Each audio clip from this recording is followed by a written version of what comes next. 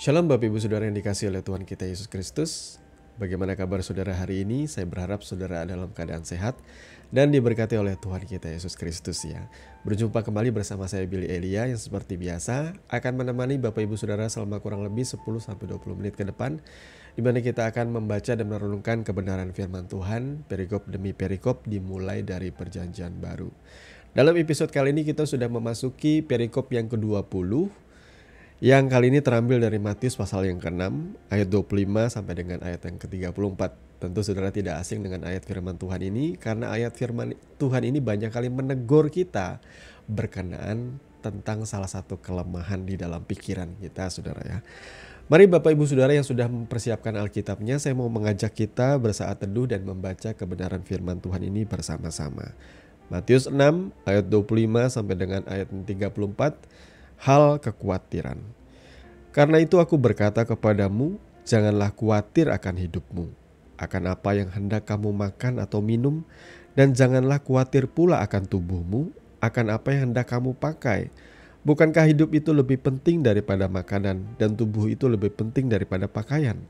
Pandanglah burung-burung di langit yang tidak menabur dan tidak menuai, dan tidak mengumpulkan bekal dalam lumbung, namun diberi makan oleh Bapamu yang di surga.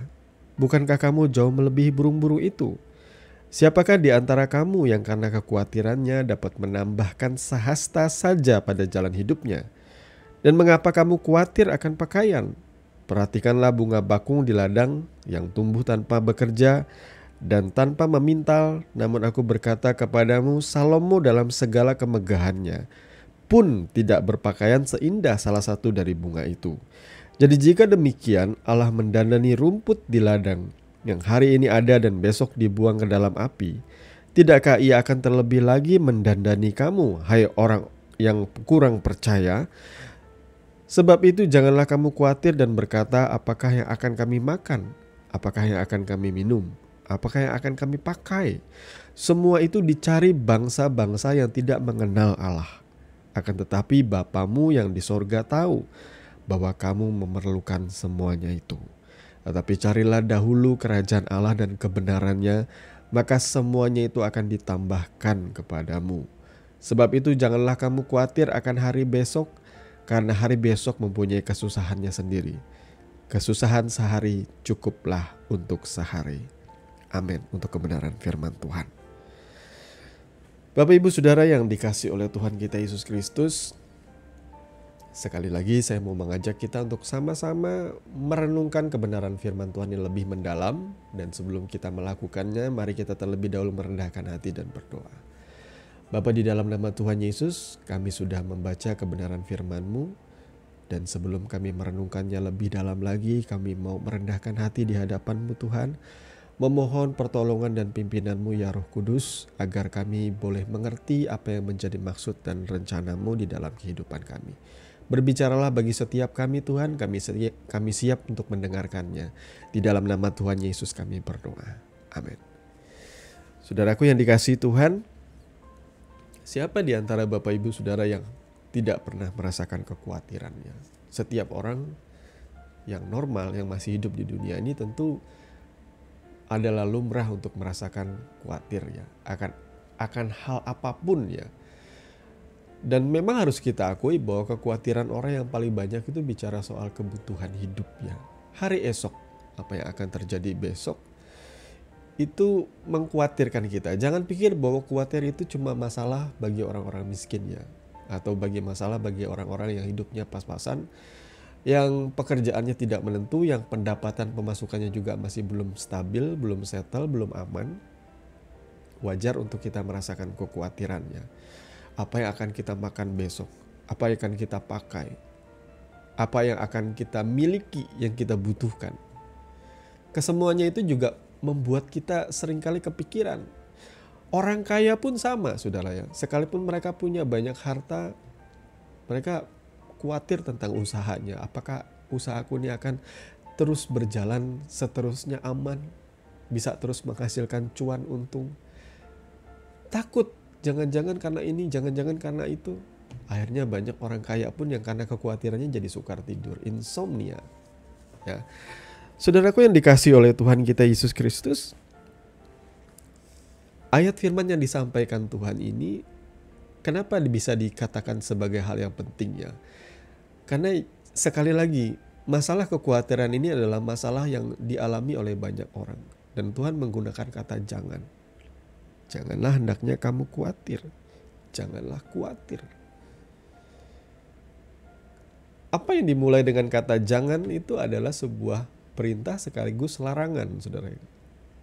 Kalau di dalam perjanjian baru, orang Israel terbiasa mendengar kata jangan. Jangan, jangan, jangan. Larangan. Nah, di dalam perjanjian baru kita diajar juga untuk jangan khawatir. Karena kekhawatiran ini jelas merugikan setiap kita, menggerogoti kita dari dalam, saudara ya. Dan saudara perlu tahu satu hal ya, bahwa di dalam dunia kedokteran kekhawatiran itu sangat berbahaya. Itu bisa memperpendek umur. Termasuk banyak kali orang karena kekhawatiran ya, ia akhirnya memperpendek umur dengan caranya sendiri, yaitu dengan cara suicide atau bunuh diri ya. Dan saya tidak ingin Bapak Ibu Saudara juga mengalami kekhawatiran yang sampai membuat saudara terganggu dalam soal kesehatan. Terganggu di dalam istirahat saudara. Saudara bisa bayangkan sepanjang hari saudara bekerja keras dan itu membuat fisik saudara tuh lemah. Stamina saudara menurun. Ditambah lagi ketika jam seharusnya saudara beristirahat. Tiba-tiba saudara kepikiran akan satu hal, khawatir akan hal-hal yang akan terjadi di masa yang akan datang, yang membuat saudara semakin tidak bisa tidur. Nah, saudara sampai titik ini, saudara harus menyadari bahwa kekhawatiran itu sudah menjadi masalah dalam hidup saudara. Ya, ada istilah di zaman sekarang tuh yang namanya anxiety disorder ya. Itu adalah kecemasan yang luar biasa. Kecemasan yang luar biasa. Saya berkesimpulan kenapa orang bisa anxiety? Karena dia kurang bersekutu dengan Tuhan. Dia kurang mengisi pikirannya dengan kebenaran firman Tuhan. Jangan mengisi kebenaran firman Tuhan itu ketika ada masalah saja. Tetapi mari jadikanlah peribadahan atau persekutuan pribadi saudara saat teduh saudara itu adalah suatu hal yang rutin saudara lakukan setiap hari. Layaknya kalau saudara aja, banyak orang-orang tuh effort loh ya. Demi mendapatkan tubuh yang indah, mereka rela untuk berangkat rutin setiap hari, entah pagi, siang, atau sore ke tempat latihan ya. Atau ke gym center ya, di mana mereka mengolah badannya, menjaga kesehatannya, membentuk ototnya. Nah, kenapa saudara untuk itu aja saudara bisa punya effort atau kerja keras, bisa punya usaha gitu ya, untuk meninggalkan kemalasan saudara demi mendapatkan tubuh indah dan bagus sehingga dipuji orang. Kenapa saudara tidak meluangkan waktu untuk melatih dirimu beribadah? Meluangkan waktu entah pagi, siang, atau sore, atau kapanpun saudara punya waktu, saudara siapkan waktu yang terbaik atau yang ada itu untuk saudara bersekutu, membaca, merenungkan firman Tuhan, melatih diri saudara beribadah, melatih jiwa saudara. Sehingga saudara mendapatkan makanan rohani yang akan memperkuat otot-otot iman saudara. Untuk mengalahkan kekhawatiran yang dibutuhkan setiap orang itu adalah iman. Iman kepada Tuhan. Iman yang bersumber dari firman-Nya. Ya, iman timbul dari perkataan dan perkataan oleh firman Kristus. Itu kata firman Tuhan ya. Jadi saudara bisa punya iman kalau saudara mendengarkan, membaca, merenungkan firman Tuhan. Maka itu sebabnya kenapa saya selalu mengajak Bapak Ibu Saudara untuk kita bersama-sama bersaat teduh lewat program ini. Karena lewat program ini kita punya kesempatan untuk bersama-sama membaca, merenungkan firman Tuhan ya. Saya pernah membaca satu buku, walaupun saya tidak membacanya sampai selesai, dikatakan bahwa pikiran itu adalah medan perang katanya. Ya iya, apa yang saudara masukkan dalam pikiran saudara yang lebih banyak itu yang bakal menang. Kalau kita mengisi pikiran kita dengan hal-hal yang ada di dunia ini, semuanya tidaklah salah juga saudara ya. Saudara mengisi dengan hobi, kesenangan, berita-berita, sosial media. Tetapi kalau yang ada di dalam pikiran saudara, itu lebih banyak daripada saudara membaca, merenungkan firman Tuhan. Maka itu yang akan menguasai pikiranmu. Tidak ada kekuatan. Tidak ada kekuatan dari dalam. yang akan membuat saudara kuat dan memenangkan pertempuran di dalam pikiran saudara. Dan di sini Yesus memberikan sebuah perumpamaan supaya setiap orang bisa terlepas dari rasa khawatir ya. Yang pertama, dia menunjukkan bahwa hidup kita itu lebih berharga daripada burung-burung di udara, saudara-saudara ya. Burung-burung di udara aja tidak menabur, tidak menuai, tidak mengumpulkan bekal dalam lumbung, namun diberi makan oleh Bapa di sorga. Bukankah kamu lebih daripada burung-burung di udara, kata Tuhan. Di dalam pandangan mata Tuhan, setiap manusia itu lebih berharga daripada burung. Tuhan mengasihi burung-burung, maka Tuhan pelihara. Ya, apalagi saudara, pribadi-pribadi yang dijadikan dan dihembuskan roh oleh Tuhan, sudah dijadikan saudara adalah kesayangan, saudara adalah anak-anak Tuhan. Burung-burung saja yang tidak bekerja, kata Tuhan, Tuhan pelihara.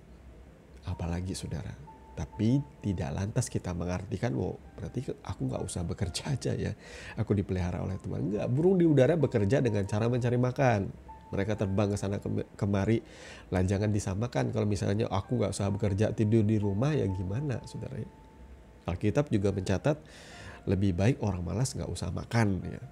Jadi belajarlah dari burung-burung di udara. Kemudian yang kedua,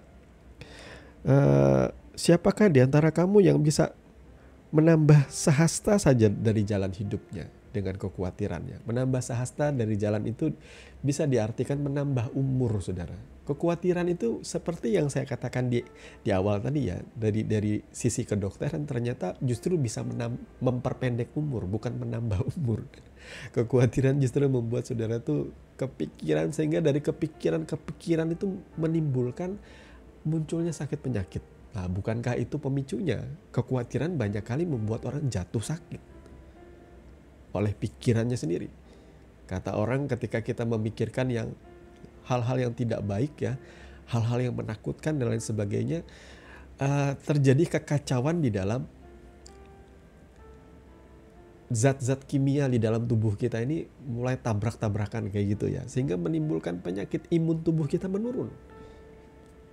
Makanya kekhawatiran tidak menambah sehasta dari jalan hidup kita atau tidak menambah umur kita, justru memperpendek umur kita. Maka jangan khawatir saudaraku, jangan mudah kepikiran. Kalau saudara kepikiran, ingatlah apa yang disampaikan oleh kitab suci, bawalah segala kekhawatiranmu itu di dalam doa dengan ucapan syukur. Itu kuncinya ya. Jadi kalau setiap kali saudara khawatir, saudara harus belajar mempercayai Tuhan. Belajar mempercayai Sang pemilik hidup kita itu saudara ya. Kemudian berikutnya, perhatikanlah bunga bakung di padang ya, yang tumbuh tanpa bekerja dan tanpa memintal ya.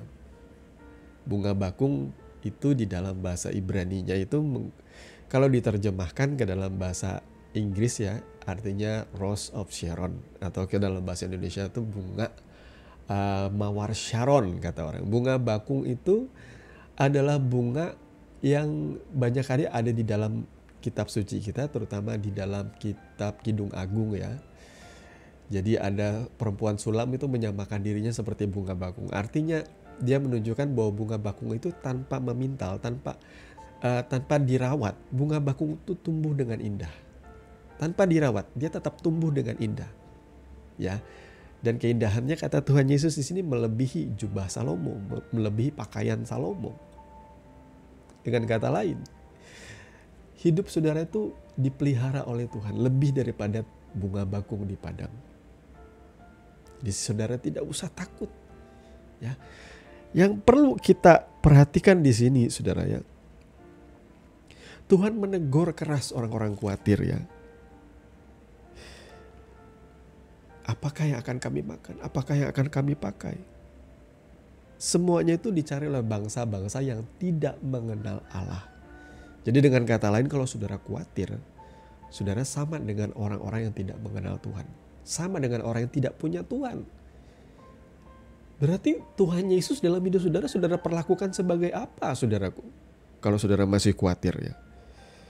Bapamu di surga tahu apa yang kamu perlukan. Saudara jangan meremehkan Tuhan. Sedangkan kita saja ya, saya seorang bapak ya, saya seorang ayah. Saya tahu apa yang paling diperlukan oleh anak saya. Sekalipun ia tidak berbicara, sekalipun ia tidak meminta kepada saya. Bapak yang baik akan terlebih dahulu memikirkan apa yang menjadi kebutuhan dan keperluan anak-anaknya sebelum anak-anaknya minta. Tapi kalau ia meminta pun, saya lebih bersuka cita karena ia memintanya kepada saya. Bukan meminta kepada bapak orang lain. Bukan meminta kepada dewa-dewi ilah-ilah asing. Dia minta kepada saya. Saya senang, saudara ya. Tetapi saya akan memberikan itu pada waktu yang tepat ya. Nah, tapi cuma soal makan minum, soal kebutuhan hidup, saya percaya Tuhan tuh pasti pelihara hidup kita. Kenapa saya bisa berkata seperti ini? Karena saya juga adalah orang yang tadinya penuh dengan kekhawatiran. Loh, saya pribadi adalah seorang wirausahawan, saudaraku ya. Dan usaha saya juga bukan usaha yang besar-besar banget, saudara. Usaha yang mencukupkan keperluan hidup kami dan rumah tangga kami ya, puji Tuhan. Tapi bukan usaha yang besar. Namun dalam usaha kami ini, bukan settle seperti orang yang bisa dapat gaji tetap ya, namanya wirausahawan ya jelas. Ya usaha itu harus dibarengi dengan kerja keras baru kita bisa mendapatkan hasil yang baik. Nah kadang-kala saya pun bisa was-was. Gimana kalau orderan sepi ya? Gimana kalau orang gara-gara kayak pandemi kemarin orderan hilang sama sekali, saudara? Hampir hilang sama sekali. Masih ada sih sedikit-sedikit. Tapi di saat saya khawatir, saya tetap melihat pertolongan Tuhan. Justru ketika ada pergumulan, ada masalah terjadi, ada ujian iman terjadi, itu kesempatan di mana kita semakin dekat dengan Tuhan, saudaraku. Jadi oleh sebab itu, saudara tidak usah takut dengan yang namanya cobaan atau ujian. Karena justru lewat itu semua, saudara semakin akan mengenal Tuhan, semakin mengandalkan Tuhan. Jadi ketika ada persoalan datang, terus terang saudaraku ya, saya cemas, dan kecemasan itu mendorong saya untuk datang kepada Tuhan, merendahkan hati. Harusnya ini menjadi sikap kita bersama, saudara. Saat saudara ditimpa oleh masalah, pergumulan yang berat, yang pelik, yang rumit, hal yang pertama yang harus saudara lakukan ialah datang kepada Tuhan, merendahkan hati, dan mulai berseru kepada Dia. Kalau ada dosa yang belum saudara bereskan, bereskan di hadapan Tuhan. Itu sebabnya kenapa firman Tuhan berkata, carilah dahulu kerajaan Allah dan kebenarannya, maka semuanya itu akan ditambahkan kepadamu. Saudara diajar untuk taat terlebih dahulu kepada Tuhan. Apa yang masih belum saudara bereskan, cara hidup saudara yang salah, saudara masih hidup dalam dosa, keluar dari sana. Jangan terus menerus hidup dalam dosa. Saudara yang masih bertengkar suami istri, yang masih belum dibereskan, yang masih perang dingin di dalam rumah tangga, bereskan itu dulu. Carilah dahulu kerajaan Allah, perkenanan Tuhan dahulu, saudara, yang utamakan dalam hidup saudara. Saudara belum mengampuni orang lain, ampuni dulu, bereskan dulu itu dulu. Kerajaan Tuhan dulu ditegakkan dalam hidup kita, saudara ya. Maka ketika semuanya itu beres, saya percaya damai sejahtera Kristus yang melampaui segala akal akan menguasai hati dan pikiran saudara. Saya mau katakan bahwa banyak kali dosa dan ketidaktaatan kita di dalam Tuhan itu yang membuat kayak seperti borok yang belum disembuhkan di dalam hati dan pikiran saudara. Itu yang membuat saudara tuh kacau balau oleh karena semua itu. Maka cara atau kuncinya ialah carilah dulu kerajaan Allah. Artinya Tuhan ingin kita dengan Tuhan itu kembali dipulihkan dulu hubunganmu dengan Tuhan. Dan kalau hubungan saudara dengan Tuhan dipulihkan, maka saya percaya saudara akan selalu merasakan damai di tengah-tengah krisis sekalipun, saudara ya. Jadi mari saudara, Bapak Ibu, saudara yang dikasih oleh Tuhan, memang saya menyampaikan ini kedengarannya mudah. Mungkin orang akan berkata juga, kamu tidak mengalami apa yang saya alami. Lah saya mengalami semua, banyak hal saya alami, saudara. Tetapi saya menyadari bahwa takaran kesulitan yang saudara dan saya alami itu berbeda. Mungkin saya lebih berat, saudara lebih mudah, atau sebaliknya, saudara lebih berat, saya lebih mudah. Tapi tidak ada hal yang berat atau mudah, karena Tuhan memberikan kita ujian atau cobaan itu sesuai dengan kapasitas kita. Ya, tidak semua orang diuji seperti si A atau si B, tapi Tuhan memberikan sesuai dengan takaran yang pas. Kalau sudah diberikan cobaan yang berat, berarti saudara adalah orang kuat sebenarnya. Oleh sebab itu, kalau sudah diperhadapkan dengan cobaan yang berat, jangan bilang, Tuhan begitu berat cobaan ini. Bukan.